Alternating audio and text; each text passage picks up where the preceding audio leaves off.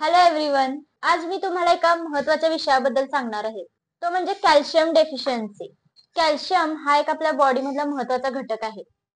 हा जो मिनरल आहे तो आपल्या बोन्ससाठी, आपल्या हार्टसाठी, आपल्या मसल्स, आपल्या नर्व्हसाठी खूप इम्पॉर्टंट आहे.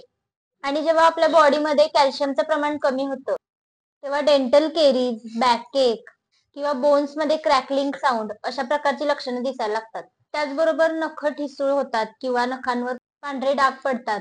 जास्त प्रमाणात थकवा येतो, झोप नीट लागत नाही, केसांची वाढ देखील नीट होत नाही. अशा प्रकारची लक्षणं कॅल्शियम डेफिशियन्सी असेल तर दिसून येतात. आणि जर फार काळ याकडे दुर्लक्ष केलं गेलं तर बऱ्याच प्रकारचे स्किन डिसऑर्डर जसं की एक्झिमा किंवा सोरियासिस यासारख्या तक्रारी देखील होऊ शकतात. तर बरेच जण असं म्हणतात की आम्ही तरी नीट जेवण घेतो तरी देखील कॅल्शियमचं प्रमाण कसं काही कमी आहे. तर सगळ्यात महत्त्वाचं कारण आहे ते म्हणजे जे तुम्ही जेवण घेत आहात त्यातून पुरेसं कॅल्शियम मिळत नाही.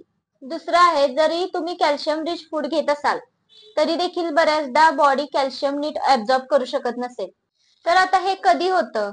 जेव्हा तुमचं डायजेशन वीक असेल किंवा काही प्रकारचे मेडिसिन जर तुम्ही घेत असाल तरी देखील कॅल्शियम नीट ऍब्झॉर्ब होत नाही.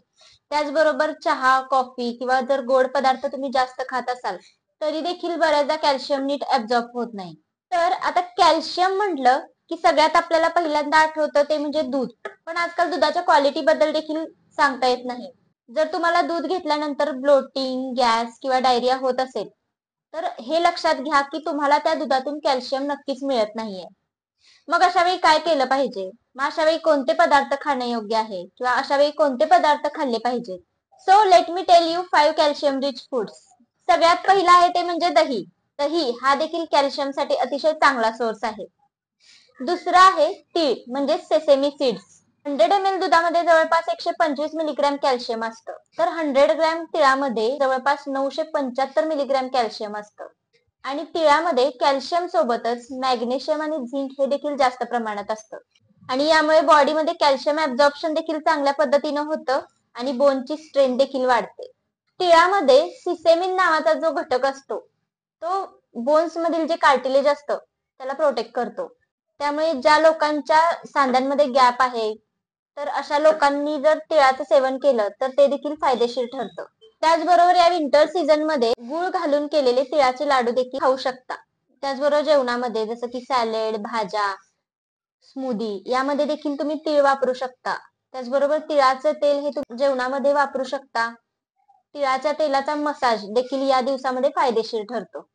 आता कॅल्शियम ऍब्झॉर्प्शन साठी व्हिटॅमिन डी हे देखील जास्त महत्वाचं असतं. त्यामुळे सूर्यप्रकाश, त्याचबरोबर मशरूम आणि कुळीथ डाळ यातून व्हिटॅमिन डी सोबतच कॅल्शियम देखील जास्त प्रमाणात मिळू शकतं.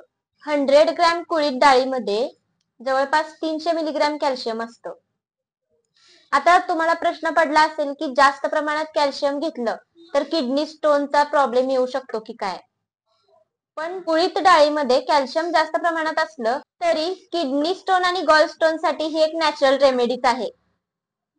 त्याचबरोबर उडीद डाळ, मूग डाळ, हरभरा डाळ, तूर डाळ या प्रकारच्या डाळींमधून देखील कॅल्शियम मिळू शकतं. आता पुढचं आहे नाचणी. 100 ग्रॅम गव्हामध्ये जवळपास 34 मिलीग्रॅम कॅल्शियम असतं. त्याचबरोबर 100 ग्रॅम राईस मध्ये जवळपास 10 मिलीग्रॅम कॅल्शियम असतं. वेअर ॲज 100 ग्रॅम नाचणीमध्ये जवळपास 330 मिलीग्रॅम कॅल्शियम असतं. त्यामुळे नाचणी हे कॅल्शियम रिच फूड आहेच, पण त्याचबरोबर यामध्ये पोटॅशियम देखील जास्त प्रमाणात असतं. त्यामुळे ब्लड प्रेशर कंट्रोलमध्ये राहतं. त्याचबरोबर यामध्ये आयर्न देखील जास्त प्रमाणात असतं.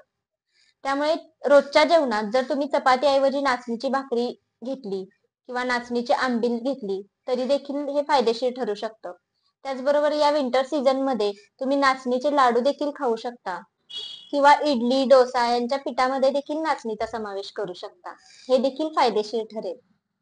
आता पुढचा आहे राजगिरा. आता 100 ग्रॅम राजगिरामध्ये जवळपास 340 मिलीग्रॅम कॅल्शियम असतं. हे कॅल्शियम रिच फूड आहेच आणि हे उपवासा दिवशी देखील तुम्ही खाऊ शकता. त्याचबरोबर यामध्ये इसेन्शियल अमायनो ऍसिड्स देखील आहेत आणि याच्यामुळे कॅल्शियम ऍब्झॉर्प्शन देखील चांगल्या पद्धतीने होतं. आणि पुढचं आहे व्हेजिटेबल्स. आता यामध्ये स्पेशली पालक, मेथी किंवा कोबी अशा प्रकारच्या ज्या भाज्या आहेत त्यामध्ये थोड्याफार प्रमाणात कॅल्शियम असतं.